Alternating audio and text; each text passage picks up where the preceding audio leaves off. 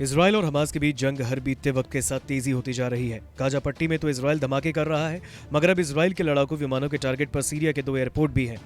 दशमेक और अलेप्पो के हवाई अड्डों पर इजराइल ने बमबारी की। माना जा रहा है कि इजराइल का यह एक्शन ईरान से हिजबुल्लाह को मिल रही हथियारों की खेप को रोकने के लिए है। इजरायली सेना की तरफ से बताया गया है कि अब तक वायुसेना ने हमास के ठिकानों पर करीब 6000 बम गिराए।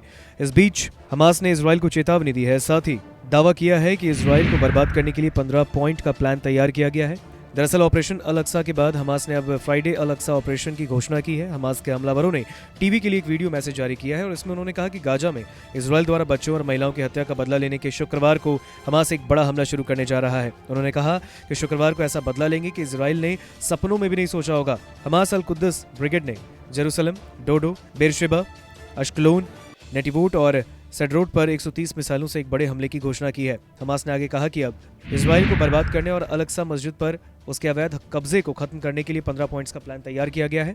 हम पहले ही अल अक्सा ऑपरेशन पर इजराइल को हैरान कर चुके हैं और अब इजराइल को हमास द्वारा शुक्रवार अल अक्सा ऑपरेशन के लिए तैयार रहने की चेतावनी भी देना चाहते हैं। लेबनान और सीरिया से पहले भी समय समय पर हमास की मदद करता रहा। पिछले कुछ दिनों से आतंकी संगठन हिजबुल्लाह भी इजराइल के खिलाफ उकसावे की कार्रवाई कर रहा है। मई 2021 में हुए संघर्ष में लेबनान, सीरिया और इराक की ओर से इजराइल पर हमला किया गया। इस साल की शुरुआत में भी लेबनान ने इजराइल पर रॉकेट दागे। हालांकि अभी तक इजराइल के उत्तरी क्षेत्र में छोटे छोटे हमले होते रहे, लेकिन वर्तमान संघर्ष भी 2006 में हुए युद्ध की तरह है, जो मध्य पूर्व को एक बार फिर जंग में धकेल सकता है।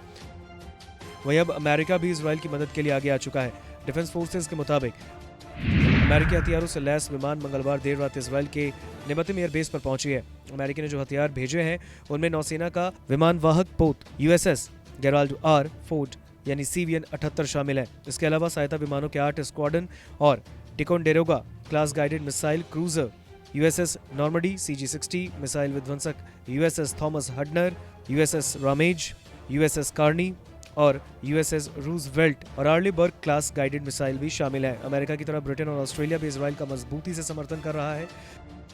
यूरोप के ताकतवर देशों में भी इजराइल के आत्मरक्षा के अधिकार की बात कहते हुए उसके साथ खड़े होने की बात कही।